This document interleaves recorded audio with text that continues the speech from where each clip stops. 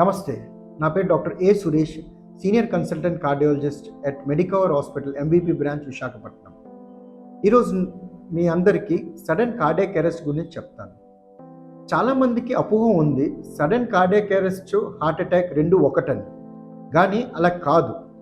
Heart attack వల్ల sudden cardiac arrest అవుతుంది. అది వన్ ఆఫ్ ద రీజన్స్, అంటే ఒక కారణం సడన్ కార్డియాక్ అరెస్ట్కి. వేరే కారణాలు కూడా ఉంటాయి సడన్ కార్డియాక్ అరెస్ట్కి.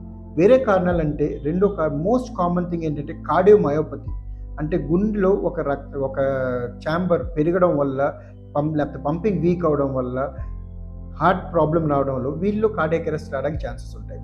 రెండోది ఈసీజీ అబ్నార్మాలిటీ ఉంది, కళ్ళు తిరగడం బ్లాక్అవుట్ అలాగ ఉందనుకోండి, ఈ సబ్సెట్ ఆఫ్ ద పాపులేషన్లో కూడా కార్డియాక్ అరెస్ట్ రావడానికి ఛాన్సెస్ ఉంటాయి.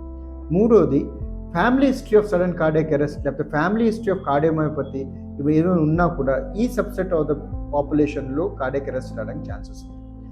Last but not the least, heart attack వచ్చి తొందరగా వచ్చినా లేటుగా వచ్చినా కింద గది నుంచి గుండె స్పీడ్గా కొట్టుకుందనుకోండి, అంటే వెంట్రులర్ ఎరిథమియస్ అంటారు, ఇవి వస్తే మాత్రం sudden cardiac arrest leading to sudden death అవుతుంది.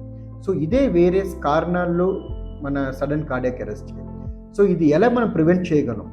దీనికి రెగ్యులర్ చెకప్ చేసుకోవాలి. అంటే ఎస్పెషల్లీ నేను చెప్పాను చూడండి, ఫ్యామిలీ హిస్టరీ ఎవరికైనా సడన్ కార్డియాక్ అరెస్ట్ ఉన్న వాళ్ళకి, లేకపోతే కార్డియోమయోపతి ఉన్న వాళ్ళకి, తర్వాత హార్ట్ అటాక్ ఉన్న వాళ్ళకి రెగ్యులర్గా చెకప్ చేయించుకొని ECG, echo, Holter, cardiac MRI ఇవన్నీ చేసుకొని అవసరం ఉంటే ఎలక్ట్రోఫిజియాలజీ స్టడీ చేసి ఇఫ్ రిక్వైర్డ్ మెడికేషన్తో అయినా లేకపోతే డివైస్తో అయినా చేస్తే సడన్ కార్డియాక్ అరెస్ట్ మనం ప్రివెంట్ చేయొచ్చు.